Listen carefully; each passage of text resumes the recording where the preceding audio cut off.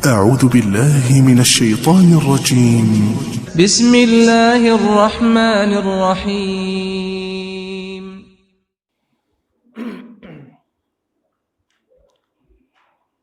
Bismillahirrahmanirrahim. Assalamualaikum warahmatullahi wabarakatuh.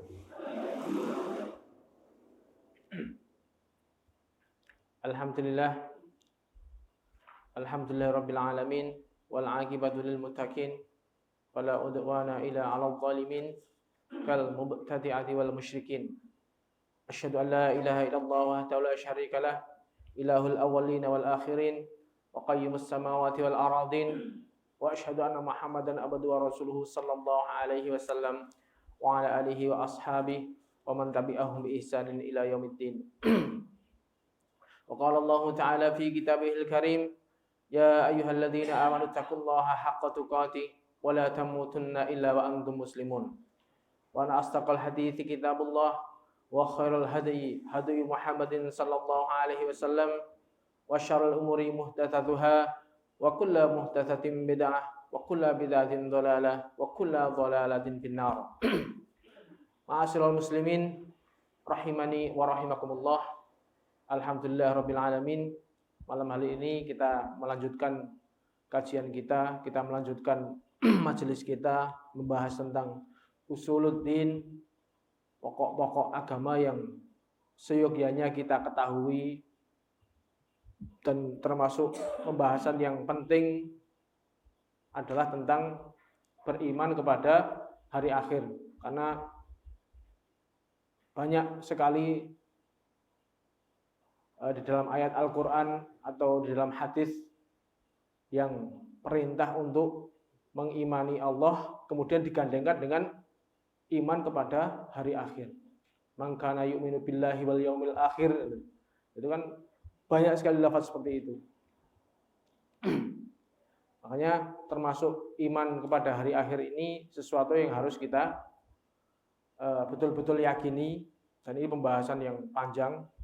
Dan keyakinan kita, iktikad kita harus dibangun di atas wahyu, kabar yang datang dari Allah dan Rasulullah Sallallahu Alaihi Wasallam. Jadi keyakinan kita tentang hari akhir ini betul-betul didasarkan tentang sumber yang valid.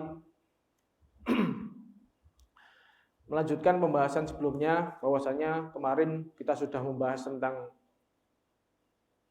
setelah berpisahnya orang-orang kafir sudah dimasukkan ke neraka duluan, kemudian ada di situ orang-orang munafik yang membarengi dia bersama orang-orang iman, yang akhirnya Allah pisah juga antara orang iman dengan orang-orang munafik, sehingga orang-orang munafik tertinggal dan dimasukkan ke dalam neraka, bahkan di dalam neraka yang paling dasar. Innal munafiqina fit darkil asfali minan nar. Kemudian di situ tinggal orang-orang yang beriman yang akan masuk ke dalam surga. Tapi ketika sebelum masuk surga, pasti di situ melewati neraka jahanam dulu. Melewati jembatan yang dibentangkan di atas neraka jahanam yang sangat panjang. Ada sebagian orang iman yang lolos dengan selamat dengan cepat, dengan betul-betul selamat tanpa ada lecet sedikit pun, entah itu dengan cepat atau dengan di bawahnya yang pertama. Tapi ada juga sebagian orang-orang iman yang di situ melewati jembatan dengan selamat, bisa sampai pinggir tapi tercapik-capik badannya dengan kalalit. Namun ada sebagian mereka yang sebab perbuatan mereka dulu di dunia masuk dulu ke dalam neraka jahanam. Ini yang sedang kita bahas. Jadi beberapa hal, sebab-sebab yang menjadikan seseorang itu ketika melewati sirat dia harus masuk dulu ke neraka jahanam. Apa aja faktor-faktor penyebabnya? Jadi ini yang kita pelajari tujuannya agar kita menghindarinya. Kita belajar keburukan, bukan kita pengen melakukan keburukan, tapi agar kita bisa menghindari keburukan tersebut sehingga tidak tertimpa keburukan tersebut. Yang pertama, di antara dosa-dosa yang bisa menyebabkan terjatuhnya seseorang ke dalam neraka, yaitu adalah dosa bid'ah. Bid'ah di dalam agama. Ini faktor yang bisa dikatakan faktor terbesar. Karena dalam agama Islam sendiri itu juga seperti itu. Sudah dikabarkan oleh Rasulullah SAW. Seperti halnya yang biasa kita ketika muqaddimah itu, wa syarrul umuri muhdatsatuha, sejelek-jeleknya perkara adalah diada-adakannya perkara tersebut, perkara bid'ah. Wa inna kulla bid'atin dhalalah, setiap perkara bid'ah yang diadakan itu adalah sesat. Wa kulla dhalalatin finnar, dan setiap kesesatan itu masuk neraka. Masuk neraka itu berarti diancam ke dalam neraka. Bid'ah inilah yang sebenarnya telah memecah belah umat Islam. Umat yang dulunya bersatu di atas Al-Quran dan hadis dengan satu pemahaman, yaitu pemahaman para sahabat Nabi SAW, yaitu mereka generasi terbaik umat Islam, menjadi berbagai aliran yang banyak. Ini yang kita lihat fenomena dari dulu sampai sekarang seperti itu. Dulu zaman Nabi ya ketika masih itu masih satu pemikiran, masih satu pemahaman. Meskipun tata caranya berbeda-beda, tapi akidahnya sama. Kemudian muncullah sempalan-sempalan setelah itu. Ada yang namanya Khawarij, Qadariyah, kemudian Mu'tazilah, Jahmiyah, apalagi Hululiyah, dan lain sebagainya. Di situ sampai banyak sekali cabangnya. Yang mana setiap sempalan-sempalan itu pasti akan dia membuat perkara-perkara baru di dalam agama.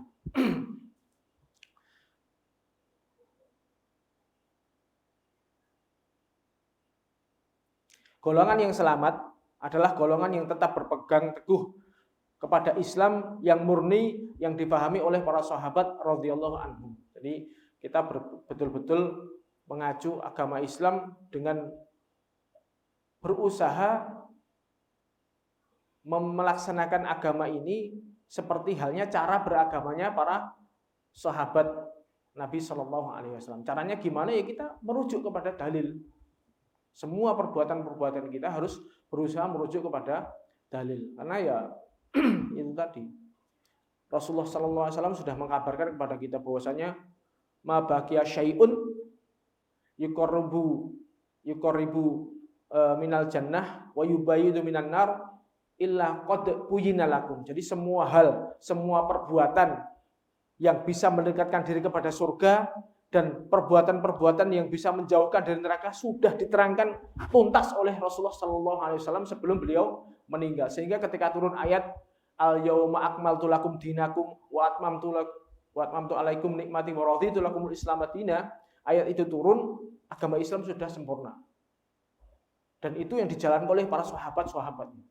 Jadi ketika ada selanjutnya nanti ada perkara-perkara baru, itu jelas pasti menyelisihi dari golongan yang selamat ini. Rasulullah SAW bersabda, dan akan berpecah belah umatku menjadi 73 golongan, semuanya masuk ke dalam neraka kecuali satu golongan. Mereka bertanya, siapakah golongan tersebut ya Rasulullah? Beliau menjawab, golongan yang berada di atas jalanku dan jalan para sahabatku, ma'ana alaihi wa ashabi. Jadi mereka yang selamat, yang 73 ini tadi, semuanya diancam dengan neraka. Yang selamat itu adalah satu golongan, yang mana mereka berusaha cara beragamanya menyesuaikan dengan cara beragamanya para sahabat Nabi SAW. Ini menunjukkan bahwasanya orang-orang yang melakukan bid'ah, perbaruan-perbaruan, atau mungkin cara beragama yang menyelisihi dari cara beragamanya para pendahulu kita, itu pasti akan diancam dengan neraka. Ucapan beliau SAW, ummati, yaitu umatku, jadi akan berpecah belah umatku, jadi umatnya Nabi. Ini menunjukkan bahwasanya aliran-aliran tersebut tetap Islam. Bukan berarti aliran-aliran yang menyimpang, mereka pelaku bid'ah, itu kok kafir, itu juga bukan. Mereka tetap Islam.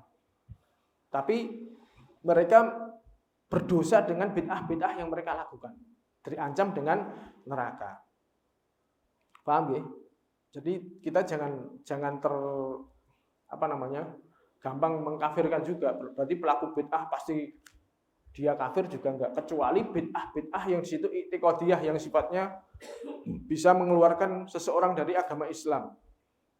Seperti bid'ahnya orang-orang kafir di situ jelas ya. Menambah-nambah, misalnya membuat perantara di antara dia dengan Allah, dia bikin perantara. Dia meyakini Allah yang menciptakan segala sesuatu, Allah yang mengatur, Allah yang memiliki. Tapi dia punya syubhat bahwasanya kalau saya minta langsung kepada Allah, wah saya ini siapa? Saya ini enggak banyak dosanya. Makanya dia membuat simbol orang-orang soleh di situ. Kemudian bikin patung sehingga meminta. Itu kan berarti bid'ah.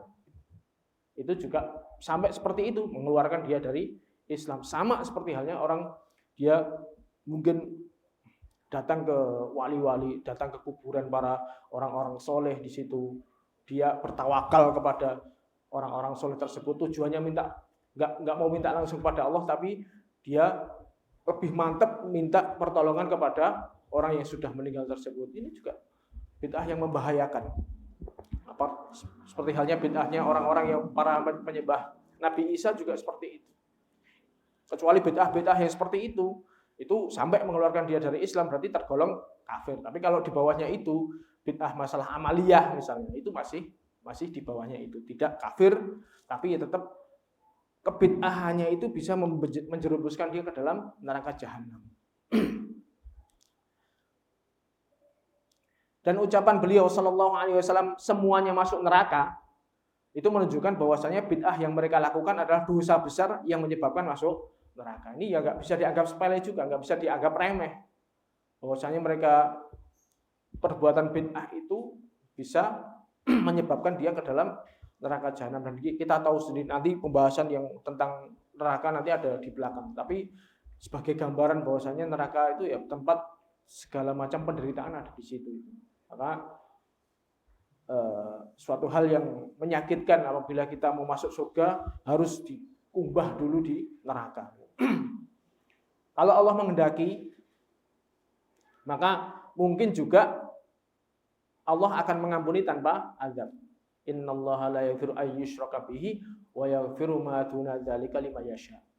Allah tidak akan mengampuni dosa syirik. Ini dosa syirik itu mutlak. Seseorang yang mati sampai dia mengerjakan syirik sampai matinya dia belum tobat, maka tidak akan diampuni dosa tersebut dan dia akan masuk neraka selama-lamanya. Tapi dosa selain itu di bawahnya termasuk bid'ah itu kemungkinan Allah akan ampuni lima yasha. Jika Allah menghendaki, orang itu bisa selamat, bisa kemungkinan. Tapi jelas ada ancaman tadi. Dan kalau Allah menghendaki, maka Allah mengazab mereka di neraka sampai waktu yang Allah kehendaki. Jadi dicuci dulu dengan kebid'ahan itu, dicuci dulu di neraka sampai sekiranya Allah menghendaki, kemudian diangkat, baru dimasukkan ke dalam surga. Itu keyakinan Ahlus Sunnah di situ. Kita harus adil. Jadi Allah bisa jadi ada kalanya termasuk mereka juga nanti diampuni Allah tanpa azab, tapi bisa jadi mereka akan diazab. Tapi kalau kita melihat redaksi hadisnya ada ancaman, ya kita seharusnya menjauhi hal tersebut. Apa susahnya kita mencukupkan diri dengan hal-hal yang sudah diajarkan oleh Rasulullah Sallallahu Alaihi Wasallam? Betapa banyak amalan-amalan yang ada di dalam hadis, betapa banyak amalan-amalan yang sudah diajarkan oleh Nabi kita di dalam mungkin Bulughul Maram atau mungkin di dalam hadis Sahih Bukhari, Sahih Muslim. Banyak sekali amalan-amalan yang diajarkan. Kenapa kita harus nyari amalan-amalan yang menimbulkan tanda tanya? Iki enek hadis apa, enek dalil apa? Kenapa harus seperti itu? Banyak sekali amalan-amalan, seandainya kita cukupkan dengan amalan-amalan tersebut, kita selamat.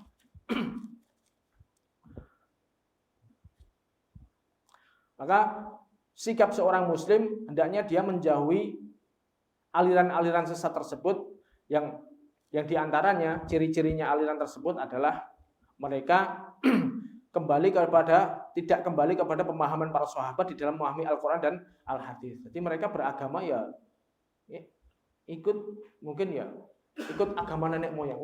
Umumnya ngene iki melu ngene wae. Nek ngene dadi ra umum. Sehingga ketika mungkin di situ ada orang meninggal, terus keluarganya tidak nggawe acara gitu, dipandang aneh sehingga bahkan dikucilkan. Seperti itu. Kalau kita kembali kepada pemahaman para sahabat, kepada dalil-dalil, maka kita ketika tidak menjumpai hal-hal tersebut ya nggak perlu. Paham ya? Jadi hal-hal seperti ini ya kembali lagi kita banyak belajar. Ini seperti hal yang dulu pernah kita ukur dengan 3 rumus itu. Apakah Rasulullah mampu melakukannya? Kemudian apakah ada situasi yang mendorong Rasulullah melakukan hal tersebut? Kemudian ada nggak dalilnya? Gitu, misalnya. Seperti halnya kita singgung tadi misalnya. Sesuatu yang dianggap ibadah misalnya. Ngirim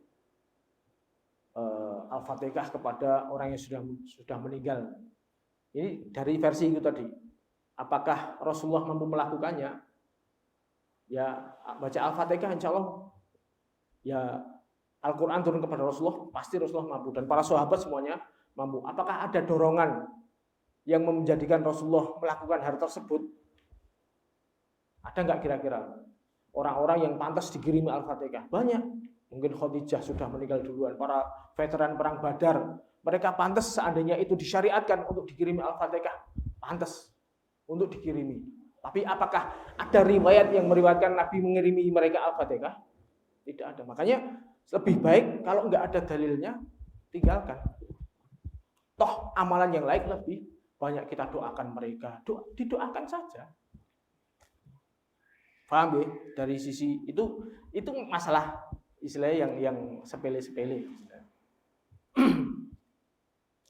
Dan banyak sekali yang kita lihat di masyarakat kita, seandainya kita berhati-hati tentang bagaimana kita harus bersikap, bagaimana kita harus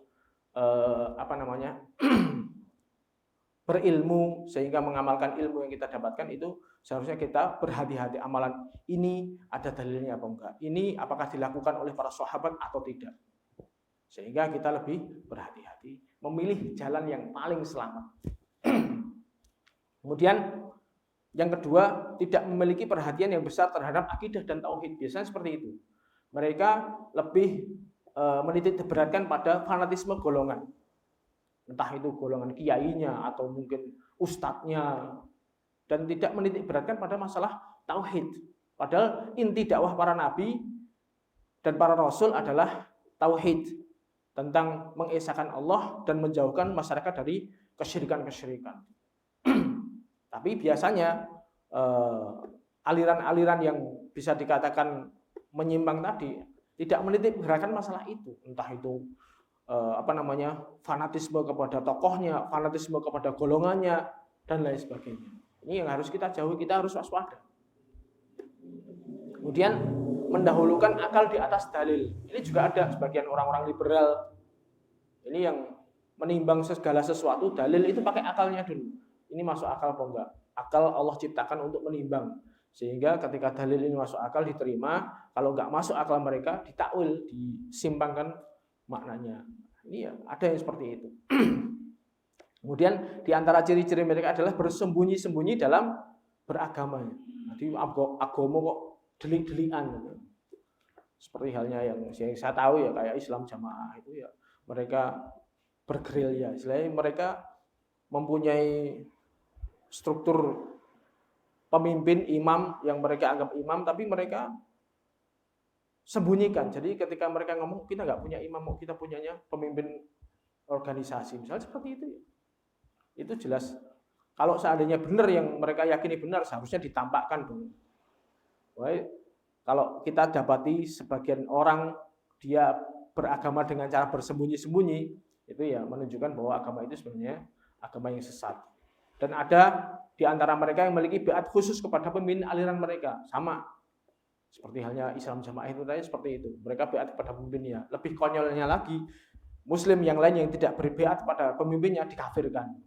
Padahal imamnya didelik, gak keruh. Atau juga seperti halnya yang sedang viral saat ini, akhir-akhir ini. Khilafatul Muslimin. Iya sama. Beat kepada pemimpin mereka untuk perkara agama mereka. Dan di antara ciri mereka yaitu mencela dan membicarakan kejelekan penguasa. Sama, dia menggerakkan, kemudian seperti halnya ISIS dan kawan-kawannya itu, mereka akan menggerakkan orang untuk membenci kepada penguasanya, memberontak. Kemudian tidak berhati-hati di dalam berdalil berdasarkan hadis-hadis Nabi Shallallahu Alaihi Wasallam. Biasanya mereka untuk menguatkan hujahnya pakai dalil-dalil sembarangan. Entah hadis itu dhaif, entah hadis itu palsu, dipakai untuk menguatkan argumen-argumen mereka. Kemudian ada juga sebagian mereka itu mencukupkan diri dengan Al-Quran tanpa hadis di dalam berdalil. Itu juga ada. Saya pernah dapati orang seperti itu. Dia meyakini bahwasanya ya yang dijadikan dalil hukum itu ya Al-Quran, sehingga hadis ditinggalkan. Sehingga produk yang dihasilkannya itu tadi ya kayak menghalalkan mungkin daging anjing dan lain sebagainya, karena ya dia meninggalkan hadis, memilih untuk berhukum dengan Al-Quran saja. Padahal di lafaz Al-Quran tidak ada lafaz tentang haramnya anjing misalnya, seperti itu. Dan di antara ciri mereka itu mudah mengkafirkan orang yang tidak sependapat dengan mereka. Ini paling kebanyakan seperti itu, sehingga mereka meyakini mereka lah yang benar, yang lainnya kafir, salah bahkan kafir. Makanya hendaknya kita harus menjauhi hal-hal atau aliran-aliran tersebut. Jadi kita harus waspada. Kita harus betul-betul berusaha untuk memilih-milih. Jadi ilmu yang kita dapatkan itu dari mana, sehingga kita sesuaikan dengan pemahaman para sahabat atau salafus soleh, 3 generasi emas di dalam Islam, sahabat, tabi'in, tabi'ut tabi'in. Kita harus berusaha seperti itu. Maka hendaknya seorang muslim meninggalkan bid'ah meskipun dianggap baik atau hasanah oleh sebagian manusia. Jadi seandainya ada mungkin argumen, kan bid'ah itu ada 2, ada bid'ah sayyi'ah, ada bid'ah hasanah. Seandainya seseorang itu waspada, dia mending untuk meninggalkan semua jenis bid'ah meskipun dianggap baik oleh kebanyakan manusia di lingkungan tersebut. Kemudian juga agar meninggalkan aliran-aliran tersebut dan jangan tertipu dengan pakaian atau banyaknya jumlah mereka. Karena kebenaran itu tidak diukur dengan perkara-perkara tersebut, tapi diukur dengan kesesuaian dengan Al-Quran dan Al-Hadis. Misalnya kita berusaha menjalani sunnah sesuai dengan pemahaman para sahabat, tapi di situ kok nyeleneh dewi, dianggap asing, dikucilkan, santai aja. Karena kebanyakan orang kok koyok ngene misalnya. Ya. Karena itu bukan barometer kebenaran, itu pasti harus diyakini banyak orang. Kebenaran itu adalah yang paling sesuai dengan Al-Quran dan As-Sunnah. Kita harus berusaha seperti itu. Caranya gimana? Ya banyak belajar. Kemudian selanjutnya yaitu kita menasihati para pengikut aliran tersebut sesuai dengan kemampuan supaya kembali kepada kebenaran dengan cara yang hikmah.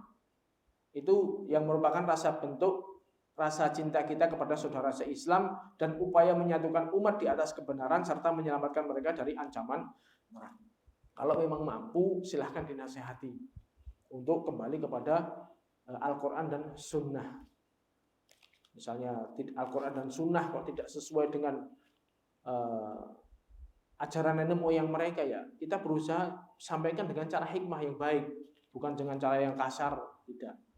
Rasulullah SAW bersabar untuk merubah, mengajarkan tauhid kepada penduduk Mekah itu selama 13 tahun. Itu pembahasannya tentang tauhid, belum nggak diajari sholat, puasa, belum. Cuman membahas tentang akidah, tentang tauhid. Makanya disitulah kalau kita mau memang mampu ya kita bersabar di dalam berdakwah. Dan perlu diketahui bahwasanya meninggalkan aliran-aliran tersebut juga bukan berarti seseorang itu hidup jauh dari agama, bukan. Menjauhi ilmu dan para ulama, kemudian mengikuti syahwat dan hawa nafsunya, itu bukan seperti itu. Wah, aku saiki orang ngaji kono saiki, malah ora tau ngaji blas. Itu ya jangan seperti itu. Dulu mungkin di dalam aliran tersebut banyak infaknya, begitu sudah keluar blas ra infak, itu bukan seperti itu. Tapi kita disuruh keluar, tapi berusaha mencari yang benar. Karena seorang muslim di dunia ini dituntut untuk menjauhi fitnah syubhat, yaitu kerancuan berpikir, dan menjauhi fitnah syahwat. Dua-duanya itu fitnah yang besar, fitnah syubhat dan fitnah syahwat. Syubhat itu kerancuan, syahwat itu hawa nafsu. Tapi di antara keduanya ini yang paling membahayakan yaitu syubhat. Karena orang yang melakukan punya syubhat, dia akan sulit diharapkan tobatnya karena dia merasa benar. Dia merasa benar, dia merasa baik dengan apa yang diperbuatnya, sehingga akan sulit untuk dinasehati. Makanya itulah kita harus betul-betul waspada dengan perkara-perkara di dalam agama. Tapi kita harus bisa membedakan mana yang muamalah, mana yang kaidahnya bid'ah itu kan berarti kan perkara ibadah. Hukum asalnya perkara ibadah itu diem sampai ada dalil baru kita kerjakan. Beda dengan perkara muamalah. Kalau perkara muamalah selain ibadah itu monggo, semuanya boleh kecuali ada dalil yang melarangnya. Jadi jangan dibalik. Dikit-dikit bid'ah misalnya. Ya kono nek kowe arep nang haji nang Mekah kono, numpak unta kono. Bahasa seperti kan biasa kita jumpai kan. Itu naik kendaraan, naik unta itu perkara bukan ibadah. Zaman Nabi juga belum ada. Misalnya zaman Nabi ada pesawat ya saya yakin pada naik pesawat juga.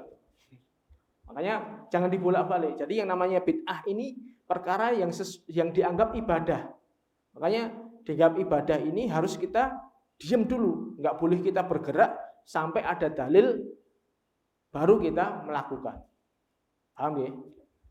Jadi jangan dibalik. Kalau yang perkara yang lainnya, perkara perdagangan, perkara interaksi sesama manusia, monggo semuanya boleh sampai ada dalil yang melarangnya baru tidak boleh. Itu harus kita pahami betul di situ. Kemudian setelah itu di antara dosa-dosa yang membahayakan seseorang yang itu bisa menjadi penyebab jatuhnya seseorang masuk ke dalam neraka ketika melewati sirat adalah berdusta atas Nabi Muhammad sallallahu alaihi wasallam. Beliau sallallahu alaihi wasallam bersabda, "Man kadzaba alayya muta'ammidan falyatabawwa maq'adahu minan nar." Barang siapa yang berdusta atas namaku dengan sengaja, maka hendaknya dia menyiapkan tempatnya di neraka. Ini ya kita harus hati-hati juga. Kita banyak share.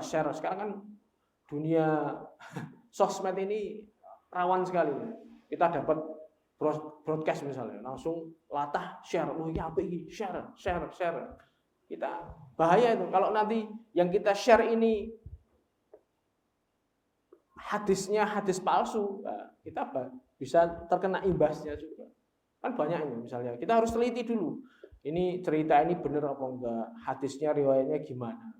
Jangan asal share. Misalnya yang kita mungkin yang masyhur ya, cerita yang sering banyak kita dengar, kisah tentang Yahudi buta yang mencela Nabi Muhammad di Madinah, di pasar Madinah. Di pojokan di pasar Madinah ada Yahudi buta yang setiap hari mencela Nabi Muhammad itu. Itu yang mungkin ya yang banyak itu. Kemudian Nabi dengan sabarnya menyuapi Yahudi tersebut, yang buta itu disuapi. Kemudian ketika Nabi meninggal, Abu Bakar menggantikan Nabi. Terus Abu Bakar tanya kepada Aisyah, apa sih amalan-amalan Nabi yang dulu dikerjakan yang belum tak kerjakan? Oh ini Nabi dulu sering menyuapi Yahudi buta itu. Sehingga Abu Bakar nyuapin Yahudi tersebut, dia terasa kok beda. Loh, siapa kamu kok gak biasanya seperti halnya yang nyuapin saya tiap hari? Oh, saya dijelaskan bahwa dulu yang nyuapin kamu biasanya itu Nabi Muhammad yang kamu cela. Saya adalah penggantinya. Setelah itulah kemudian Yahudi tersebut menangis dan dia masuk Islam. Itu kan kisah-kisah seperti ini kan koyok-koyok. Wah, apa ini? Coba kita teliti redaksi hadisnya benar apa enggak. Ternyata hadis itu palsu. Enggak ada seperti itu. Kalau cerita itu di Mekah wajar karena istilahnya ketika Nabi dicela, Islam masih lemah masih mungkin. Lagi nang Madinah, di Madinah kok enek Yahudi mencela Nabi, wis itu kudune dipateni. Enggak boleh kayak gitu. Enggak mungkin cerita itu berarti dusta redaksinya. Paham ya? Ini cerita-cerita seperti ini harus kita teliti dulu. Jangan asal share. Ini berdusta atas Nabi. Kita mengatakan ini hadis Nabi, padahal enggak. Itu ada ancamannya. Apalagi sengaja bikin hadis palsu.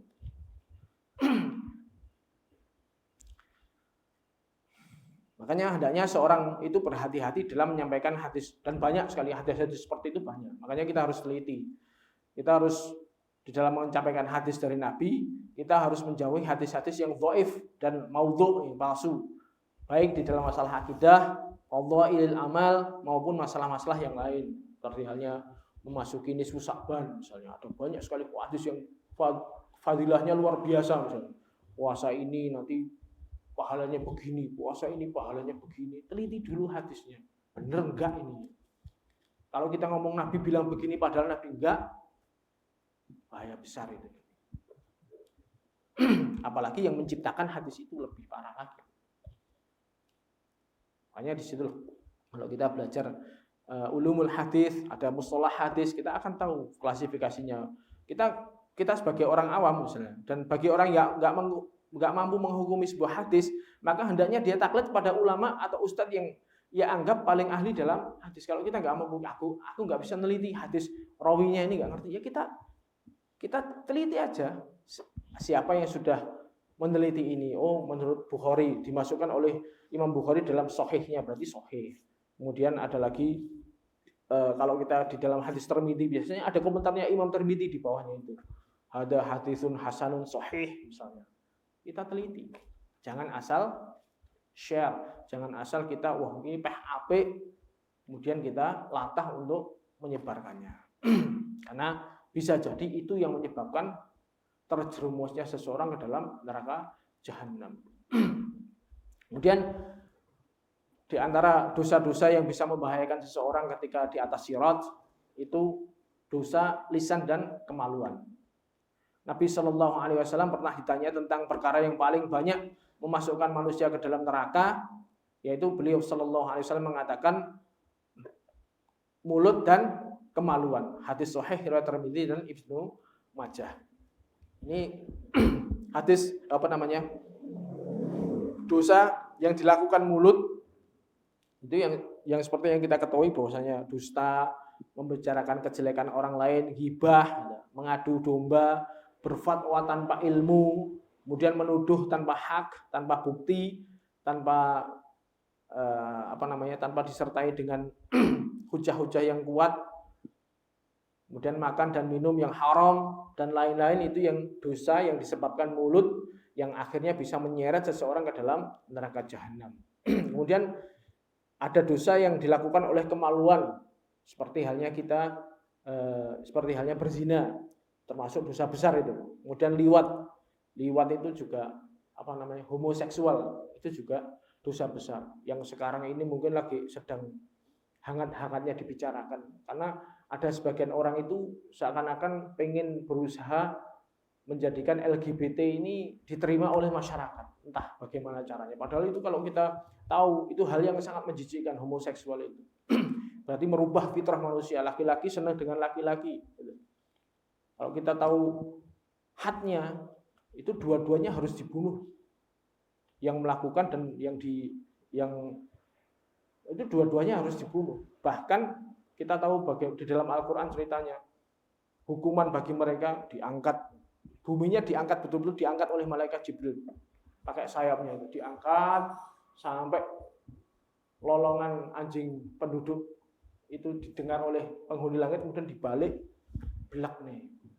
Itu kan hukuman yang sangat berat karena itu dosa yang menjijikkan sebenarnya.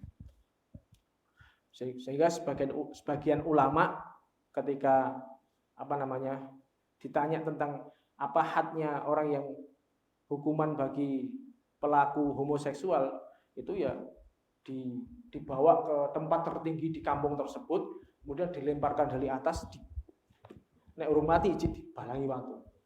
Itu saking besarnya dosa itu. Itu ada sebagian orang yang akhir-akhir ini menjadikan berkampanye untuk agar itu diterima oleh masyarakat. Makanya kita harus betul-betul betapa menjijikannya hal tersebut. Baik. Kemudian di antara dosa-dosa yang lain yang bisa menjerumuskan seseorang ketika melewati sirat, yang bisa menarik dia masuk ke dalam neraka jahanam adalah dosa kesombongan. Rasulullah SAW bersabda yang artinya tidak akan masuk surga orang yang ada di dalam hatinya terdapat seberat biji dzarrah pun dari kesombongan. Jadi punya sifat sombong sedikit aja, meskipun sedikit, itu nggak akan masuk surga. Seorang laki-laki bertanya, sesungguhnya seseorang itu senang apabila bajunya bagus, sandalnya bagus. Ya. Sahabat nanya nih, kan Nabi menjelaskan bahwasanya kalau orang sombong meskipun di dalam hatinya ada kesombongan dikit aja, dia nggak bisa masuk surga. Nabi, kan wajar tuh. Kalau orang itu punya baju bagus, sandal bagus, dia pengen menonjolkan kebaikan itu kan wajar tuh Nabi. Makanya oleh Nabi dijawab, Sallallahu Alaihi Wasallam berkata, sesungguhnya Allah adalah indah, jamil, dan Allah mencintai keindahan. Ya, itu nggak masalah kalau cuma seperti itu. Tapi yang dimaksud dengan kesombongan adalah radun haq wa ghamtun nas. Radun haq itu menolak kebenaran dan meremehkan manusia. Jadi asalnya orang menolak kebenaran itu karena meremehkan pembawanya dulu. Asalnya gitu. Makanya biasanya ketika seseorang dihadapkan dengan dalil, dengan hujah-hujah yang kuat, oh ini ya begini, tapi dia akan memandang remeh dulu.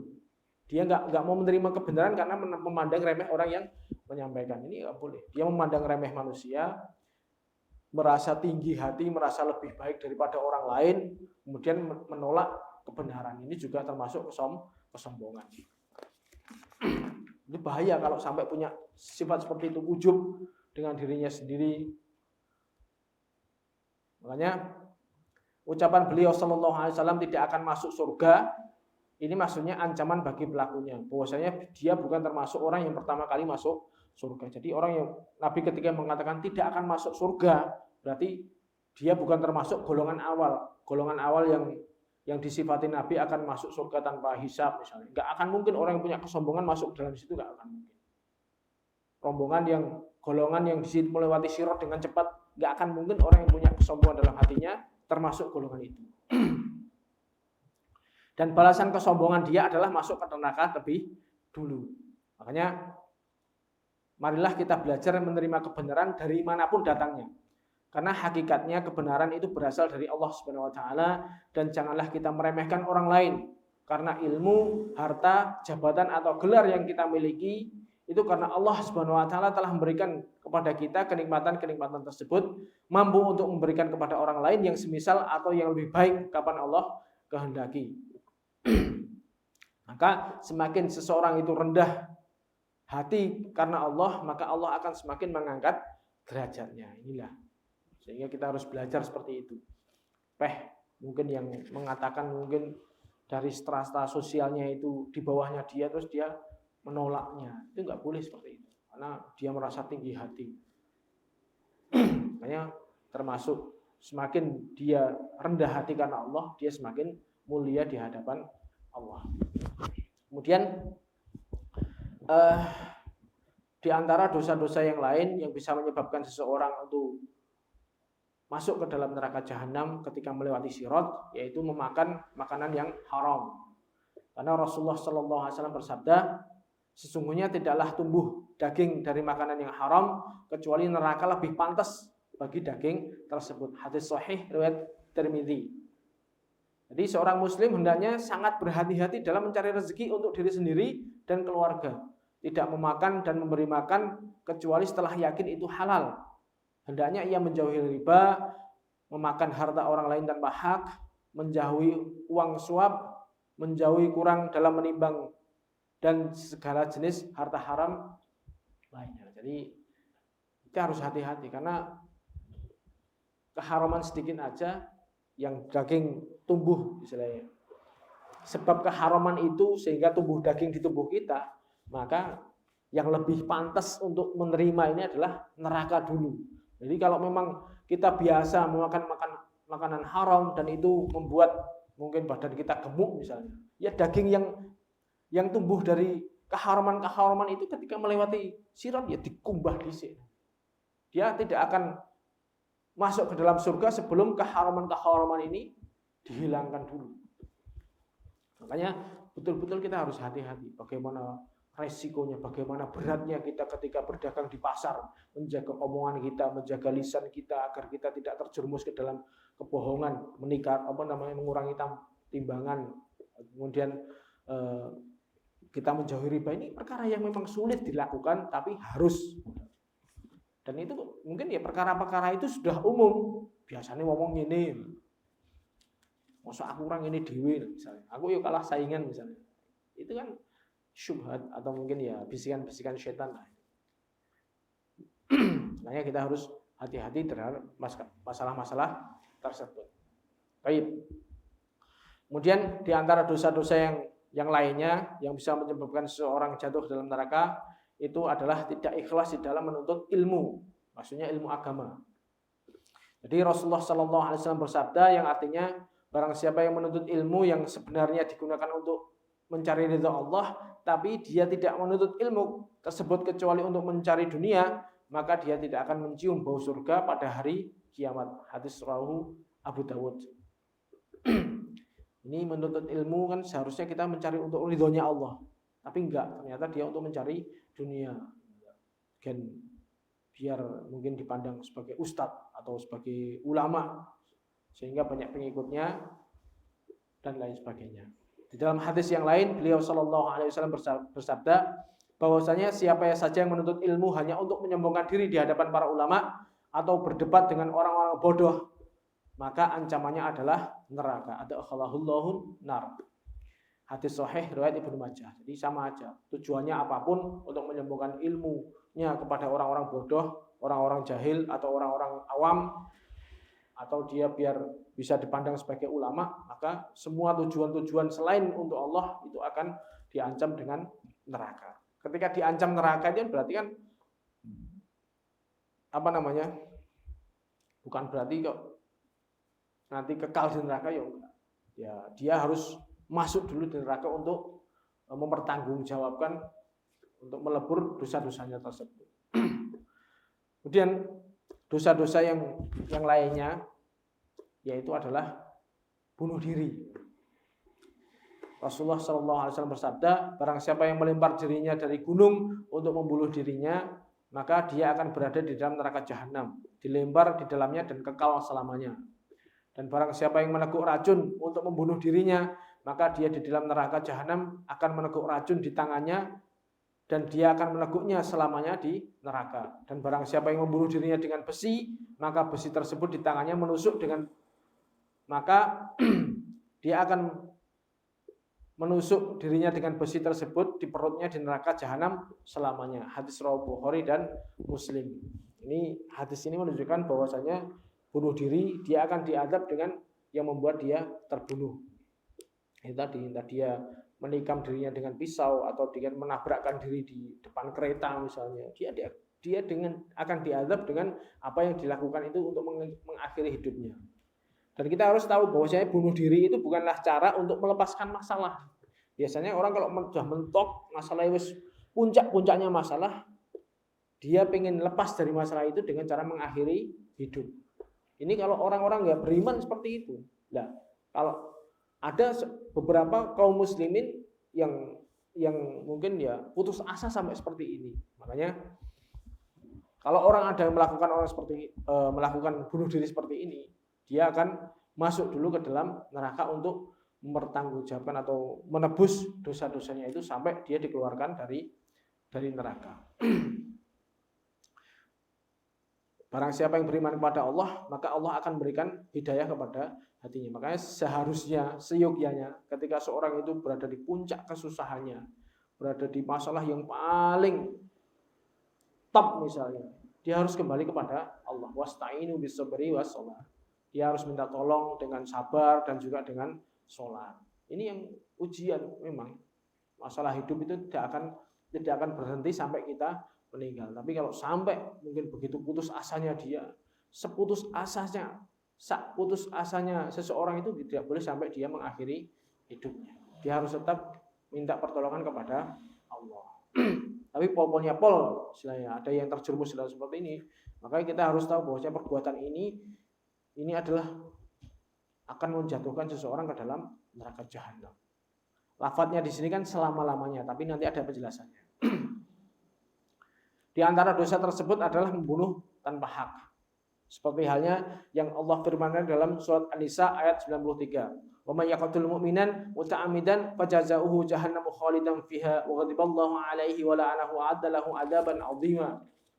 Dan barang siapa yang membunuh orang yang beriman tanpa karena sengaja, maka balasannya adalah jahanam dan dia akan kekal di dalamnya. Allah akan marah kepadanya dan melaknatnya, dan Allah akan siapkan untuknya azab yang besar. Jadi membunuh orang lain dengan sengaja, berencana, pembunuhan berencana, awas ini. Dan itu dilaksanakan betul dengan rencana yang matang sampai seperti itu. Itu azabnya besar. Bahkan kalau di dalam ayatnya ini adalah kekal di dalam neraka jahanam.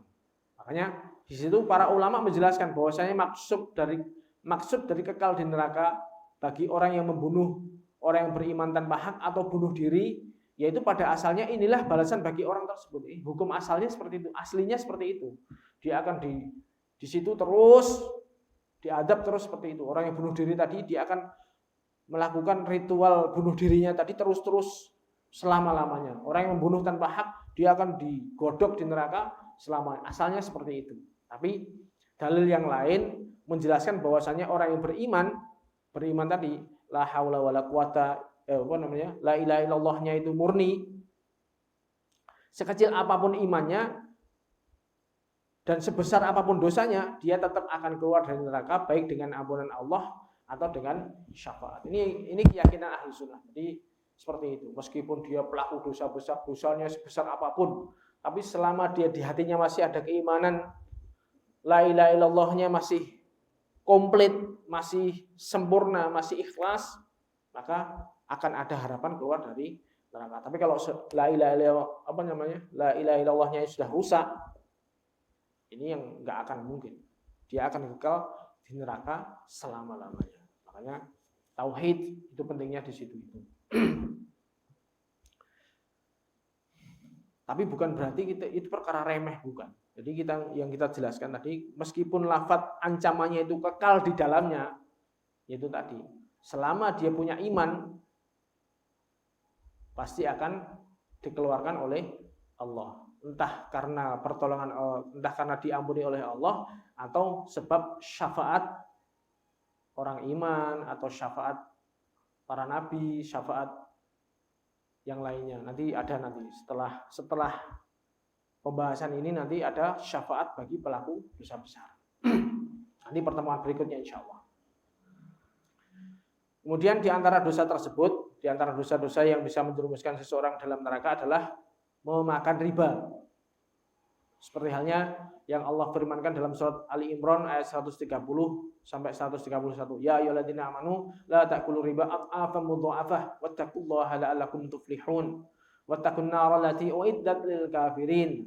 Wahai orang-orang beriman, janganlah kalian memakan riba dengan berlipat ganda, dan bertakwalah kalian kepada Allah supaya kalian beruntung, dan takutlah dengan api neraka yang disediakan untuk orang-orang kafir. Jadi yang penghuni neraka jahanam yang kekal adalah orang-orang kafir. Uiddat lil kafirin, yang jelas di situ itu. Adapun orang iman, yaitu tadi, seandainya dia harus diadab di neraka, dia akan keluar dari neraka. Dan betapa banyak praktek riba di zaman sekarang ini, dengan berbagai macam modelnya.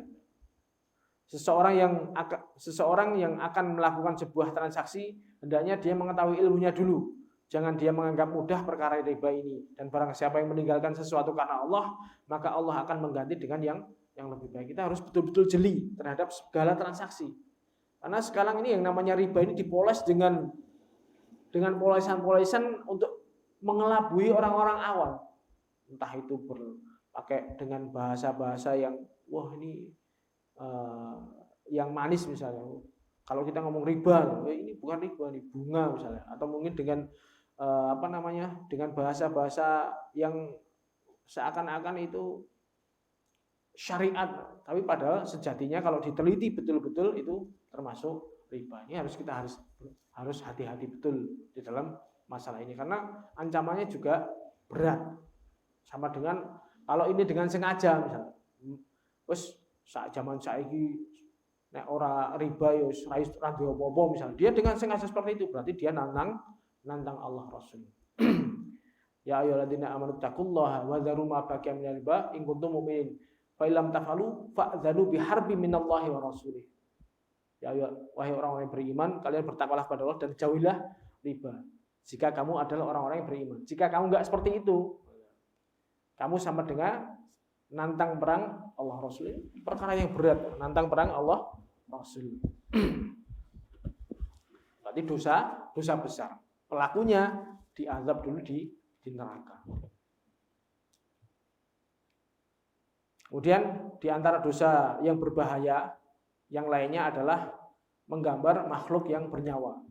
Rasulullah sallallahu alaihi wasallam bersabda, "Inna asyaddan nasi adaban indallahi yaumil qiyamah al-musawwirun." Sungguhnya orang-orang paling keras azabnya di sisi Allah pada hari kiamat adalah para penggambar. Penggambar ini yang dimaksud para penggambar di sini adalah menggambar makhluk yang bernyawa, hewan, manusia.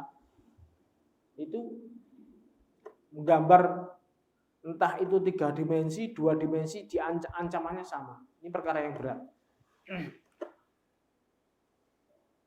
Masuk di dalamnya orang yang membuat patung makhluk bernyawa dan orang yang melukis makhluk bernyawa. Bahkan sebagian ulama ada yang memasukkan gambar fotografi di dalam larangan ini. Ini termasuk perkara yang mungkin ya kalau fotografi ini masalah khilafiyah mungkin ya. Ada yang sebagian membolehkan, ada yang sebagian keras masalah ini ada. Tapi yang jelas ada ancamannya itu tadi yang gambar. Wah, jiwaku seni misalnya. Oh, aku senang gambar umum ya. Nyari gambar yang tidak bernyawa. Karena itu nanti di akhirat nanti akan ditantang oleh Allah menghidupkan apa yang dia buat. Seandainya dia tidak bisa menghidupkan, maka dia akan diazab di neraka jahanam. Ini perkara yang membahayakan. Tidak diperbolehkan kecuali dalam keadaan darurat fotografi. Fotografi ini tidak diperbolehkan kecuali dalam keadaan darurat seperti untuk surat-surat penting dan lain-lain. Jadi ada sebagian ulama berbuat keras masalah ini. Bahkan foto cekrek itu kalau enggak untuk urusan penting enggak boleh. Seperti halnya foto KTP, foto surat-surat akte nikah misalnya. Itu kan hanya itu tok, selain itu haram. Makanya kita dapati beberapa orang itu ya masalah ini keras sekali. Bahkan video itu juga diharamkan secara mutlak ya ada. Tapi ya masalah ini mungkin bisa dikatakan khilafiyah. Ada sebagian yang ini gambar foto kan dia berarti mengambil menangkap bayangan. Jadi ada yang sebagian berkata itu boleh. Adapun ya kita untuk lebih hati-hati tidak itu lebih baik. Tapi kalau nggak mampu bener ya untuk yang penting-penting nggak ada masalah. Jadi janganlah menjadikan alasan bagi seorang untuk bermudah-mudahan dalam gambar fotografi ini. Jadi ketika orang yang tahu masalah ini biasanya dia untuk semakin dia menghindari kayak misalnya selfie dan lain sebagainya, dia pasang status dengan fotonya itu sudah kalau orang ngaji biasanya menghindari hal itu biasanya. Tapi ini masalah ya bisa dikatakan agak khusus masalah fotografi ini bisa dikatakan agak luas sedikit dibandingkan kalau yang untuk bikin patung sama melukis tadi betul-betul haram secara mutlak. Kita harus betul-betul menjauhi dan ancamannya berat. Ancamannya ketika itu dilakukan itu nanti kita akan jatuh ke dalam neraka jahanam untuk mempertanggungan dosa-dosa itu. Kemudian di antara dosa-dosa yang lain adalah seorang wanita yang berpakaian tapi sejatinya dia telanjang. Rasulullah SAW bersabda, 2 golongan dari penduduk neraka yang aku belum pernah melihat mereka, yaitu sebuah kaum yang memiliki cambuk seperti ekor sapi, mereka gunakan untuk memukul manusia. Jadi dia kejam, bengis. Kemudian, jadi zamannya Nabi belum ada, tapi akan ada orang yang seperti itu. Itu yang golongan pertama. Kemudian yang golongan kedua, wanita-wanita yang berpakaian tetapi telanjang, berjalan lenggak-lenggok, kepala mereka seperti punuk unta yang miring. Mereka tidak akan masuk surga dan tidak akan mencium baunya. Padahal bau surga bisa dicium dari jarak perjalanan sekian dan sekian. Dan makna berpakaian tapi telanjang ada yang mengatakan yaitu menutupi aurat, sebagian aurat, dan membuka sebagian yang lain untuk menampakkan keindahannya. Ini juga tidak boleh. Atau memakai pakaian tetapi tidak sempurna, seperti pakaian yang tipis atau badannya berbentuk, sehingga seperti itu. Ini ya harus betul-betul diperingatkan bapak-bapaknya kepada mungkin istrinya, anak-anaknya masalah ini ya. Ini berat. Seorang muslimah hendaknya sungguh-sungguh dalam menjaga hijabnya dan ikhlas karena Allah. Semoga kesabaran seorang muslimah atas rasa gerah, risih dan ribet yang mungkin dirasakan oleh sebagian, dan juga kesabaran menghadapi gunjingan orang lain itu menjadi sebab selamatnya dia dari ancaman neraka. Karena memang ya itu tadi memegang teguh agama itu susah, memang berat, terutama para wanita muslimah. Kita bagaimana mungkin beratnya kita mengingatkan istri-istri kita, anak-anak kita untuk betul-betul menutup aurat dengan sempurna itu ya kita mungkin tahu sendiri bagaimana susahnya. Makanya itulah bapak-bapak juga butuh kesabaran untuk hal itu, bimbingan untuk agar istri kita, anak-anak kita itu bisa selamat dari ancaman neraka jahanam. Kemudian di antara dosa yang lain yaitu wanita yang tidak bersyukur kepada suaminya. Rasulullah SAW bersabda, diperlihatkan kepadaku bahwa sebagian besar penduduk neraka adalah wanita, yaitu mereka telah ingkar. Dikatakan kepada beliau, apakah mereka ingkar kepada Allah? Beliau bersabda, mereka ingkar kepada suami-suami mereka, yaitu mengingkari kebaikan-kebaikan mereka, kebaikan suami. Seandainya engkau berbuat baik kepada salah seorang di antara mereka sekian lama, terus diapai terus, berusaha berbuat baik, kemudian dia melihat darimu sesuatu yang tidak membuat dia senang, maka wanita tersebut akan berkata, aku tidak melihat kebaikan sedikit pun darimu. Hadis riwayat Bukhari dan Muslim. Dan ini ya kodratnya wanita seperti itu, dilalah. Makanya ya banyak wasiat kepada wanita. Seorang wanita yang solehah hendaknya bersyukur kepada Allah, kemudian bersyukur kepada suaminya, karena dengan sebabnya Allah Subhanahu wa taala menjaga dia sebagai seorang istri, menutupi kekurangannya, menunaikan hajatnya dan lain-lain. Dan secara umum bersyukur kepada orang lain yang pernah berbuat baik kepada kita diperintahkan di dalam agama Islam. Apabila seorang tidak membalas, maka hendaknya dia mendoakan dengan kebaikan. Ini enggak cuma sekedar mungkin antara istri dengan suami, tapi dengan orang lain juga seperti itu. Kita kadang-kadang yang kebanyakan nampak di mata kita itu adalah kekurangan-kekurangan orang lain. Ini yang harus kita, ini juga diancam seperti ini. Hal-hal seperti ini, mengkufuri kebaikan orang lain itu juga termasuk ancaman. Rasulullah SAW bersabda, barang siapa yang berbuat baik kepada kalian, maka balaslah. Kalau kalian tidak menemukan sesuatu untuk membalasnya, maka doakanlah dengan kebaikan sampai kalian merasa bahwasanya kalian telah membalas kebaikannya. Hadis sahih riwayat Abu Dawud dan An-Nasai. Jika kita ada orang lain yang selalu berbuat baik pada kita nggak mampu balas dengan materi misalnya, ya kita doakan dengan doa yang baik sampai kita merasa bahwasanya kita sudah membayar kebaikan dia. Sehingga ketika kita membiasakan seperti itu, kita tidak akan mengkufuri atau tidak ingkar terhadap kebaikan orang lain. Baik. Kemudian di antara dosa-dosa yang membahayakan seseorang ketika nanti di akhirat adalah 3 dosa yang tercantum dalam sabda Nabi Shallallahu Alaihi Wasallam, yaitu Nabi mengkabarkan bahwasanya ada 3 orang yang Allah haramkan masuk surga. Ini sama pengertiannya. Meskipun Allah haramkan, berarti dia masuk neraka dulu. Seandainya dia punya keimanan sedikit, dia akan dikeluarkan oleh Allah. Yaitu pecandu khamar. Dia sukanya minum minuman keras.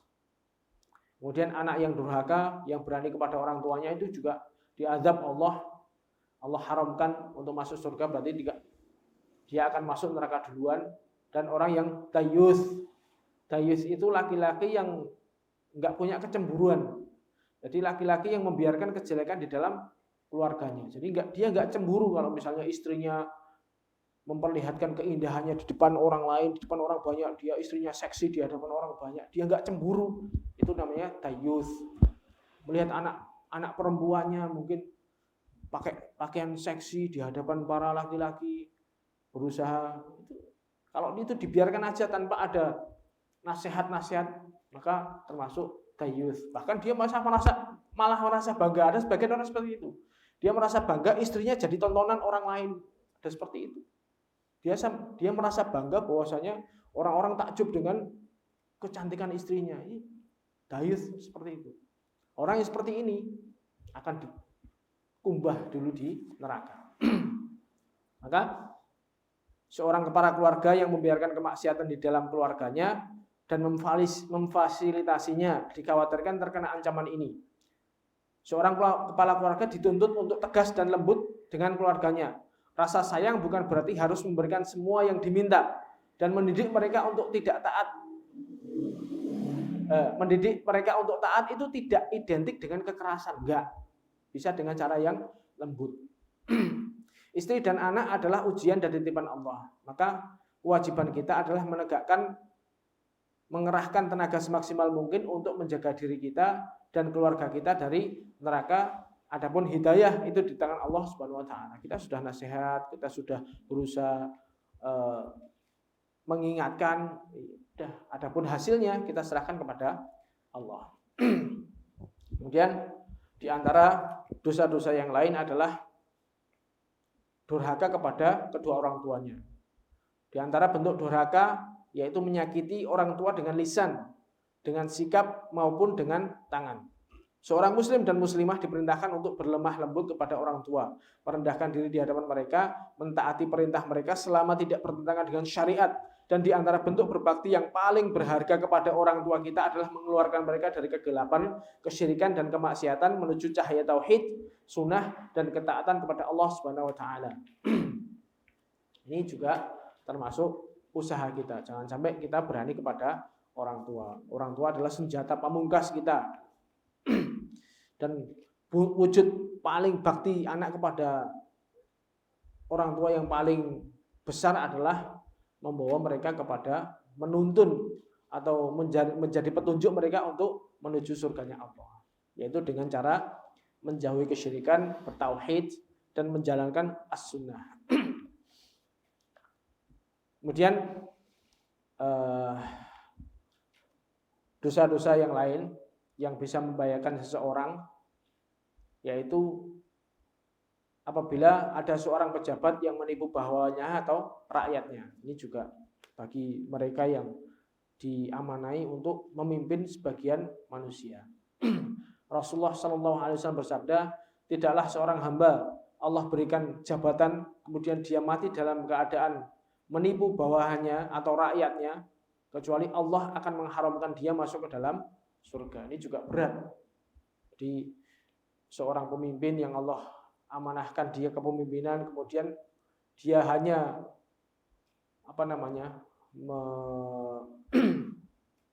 mempergunakan jabatannya tersebut untuk keuntungan pribadinya atau mungkin untuk menipu, mengeruk keuntungan yang istilahnya keuntungan pribadi, maka dia akan diancam dengan neraka. Di antara bentuk menipu kepada rakyat adalah tidak menasihati mereka demi keselamatan dunia dan akhirat mereka, tidak memenuhi hak-hak mereka, tidak berbuat adil di antara mereka dan lain-lain. Adapun maksud diharamkan masuk surga di sini bahwasanya pelakunya tidak bisa masuk surga secara langsung, namun dia berhak untuk diazab di neraka terlebih dahulu apabila Allah menghendaki. Ini termasuk ya beberapa dosa yang membahayakan.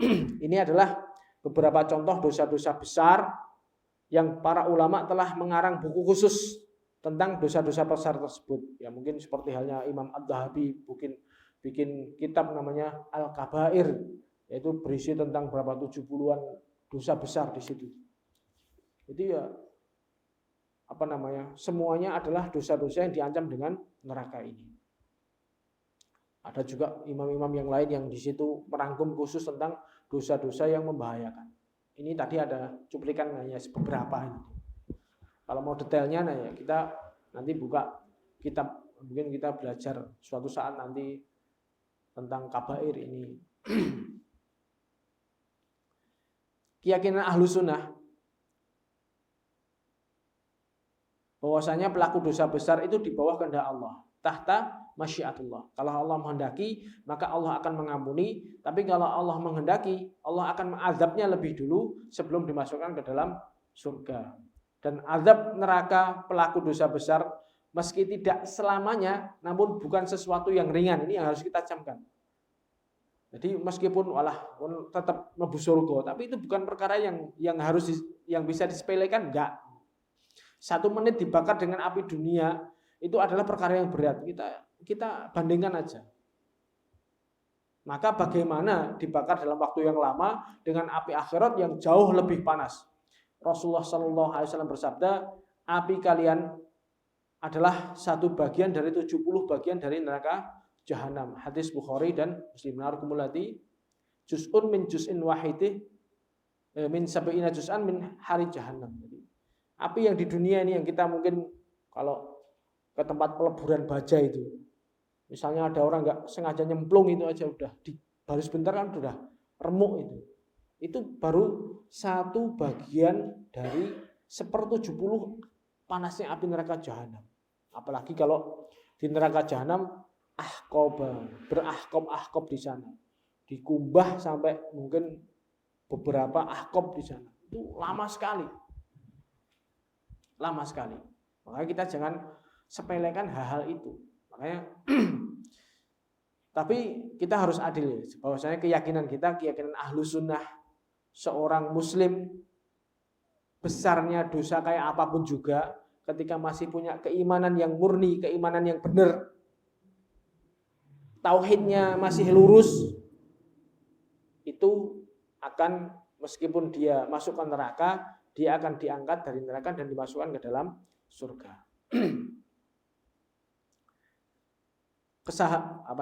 Kesabaran di dalam menahan hawa nafsu di dunia bagi seorang muslim itu jauh lebih ringan dan jauh lebih mudah daripada kesabaran di dalam menghadapi azab di neraka Jahanam di akhirat nanti. Semoga Allah Subhanahu wa taala melindungi kita dan keluarga kita dari neraka Jahanam. Makanya disitulah kita pentingnya belajar seperti ini ya. Dosa-dosa tadi bukan untuk kita kerjakan, bukan, tapi untuk kita jauhi agar kita betul-betul bisa ketika melewati sirat, kita melewati jembatan itu bisa lewat dengan selamat tanpa harus masuk dulu ke neraka Jahanam. Karena sekali masuk itu akan lama, berahkob di jalannya. Berarti kalau hitungannya ya sampai ribuan tahun di situ.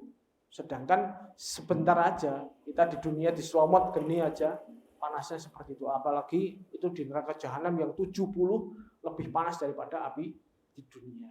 Kita harus waspada betul agar Allah menyelamatkan kita dan keluarga kita dari api neraka Jahanam. Insyaallah demikian yang bisa kita sampaikan untuk pertemuan kali ini. Insyaallah pertemuan berikutnya nanti kita akan bahas ada syafaat khusus. Jadi para pelaku dosa besar nanti ada syafaatnya yang bisa mengeluarkan seseorang dari neraka Jahanam. Kemudian setelah itu baru masuk surga dan neraka. Wabillahi taufik wal hidayah. Subhanakallahumma bihamdika asyhadu an la ilaha illa anta astaghfiruka wa atubu ilaik. Assalamualaikum warahmatullahi wabarakatuh. Mungkin ada yang perlu ditanyakan.